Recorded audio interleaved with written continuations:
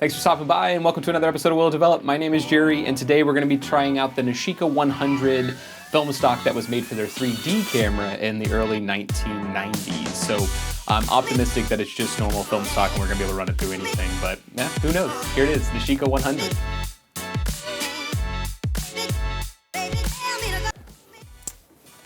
All right, let's get into what is one of my favorite parts of it, the actual unboxing of the film. So, like I said, this is the Nishika 100. It says it was from the 3D camera company. I'm assuming it's just normal film. But Nishika did make a 3D camera, film camera, and so this is probably, might have been what they just sent out with it. I don't know if it was a package deal.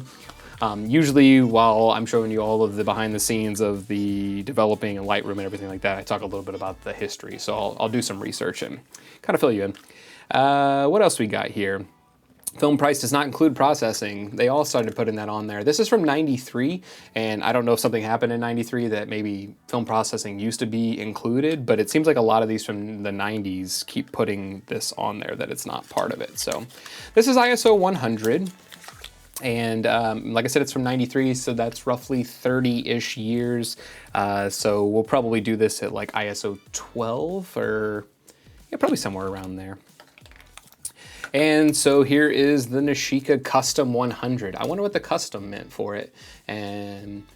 But yeah, it's even stamped on there, the 3D camera company. See if I can get that to work. Yeah, it's a little hard, but yeah, the 3D camera company, and if anybody has one of these cameras, hit us up on Instagram because I'd love to see what those look like.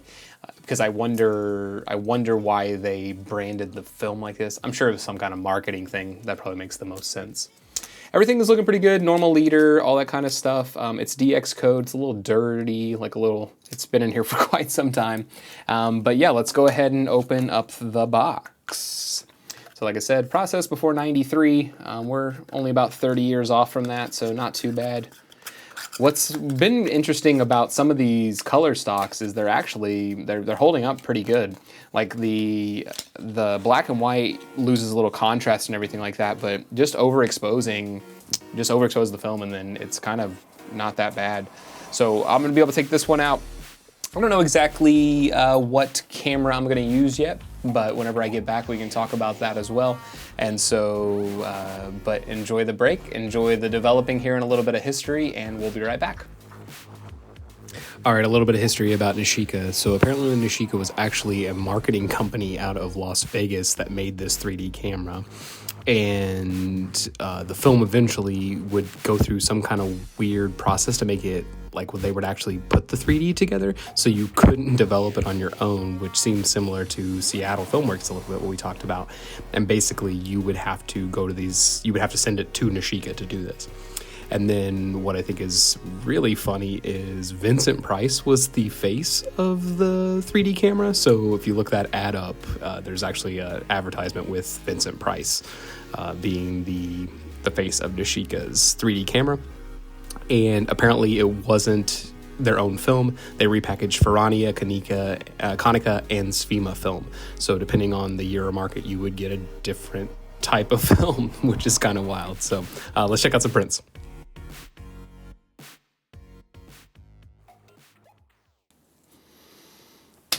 All right, prints are in. So the Nishika 100, as I said earlier, this was supposed to be like for a 3D camera. That's what the roll of film was labeled as. As I expected, it was just a normal roll of film, which is cool. But it would have been pretty cool if it was like cut in half and like layered over. I don't know how they would have done that, but would have been pretty neat. So the Nishika 100 is from 93, and so this specific roll, I ended up exposing it for ISO 12.5. It was a 100 ISO film. Did a 3-stop compensation because it was 93, and that got me to where I was at. And so of all the ones, if you've been watching the last couple episodes, we were shooting like 0.5, 1.5 ISO, so 12.5 ISO feels like we have, this is super, super fast film. The colors were still pretty good. Here, I think that this was a little bit of maybe the chemicals stayed at the wrong place for a second. But this one here, this is pretty true to color of this building that's over on Western here in Los Angeles. And so I was pretty impressed with that. A lot of the other things, once again, I'm still playing with these kind of like motion blur elements, these kind of like light paintings. And when we're doing the color ones, I really like that because I know the colors are going to be all messed up to begin with because it's 30, 40, 50, however many years old.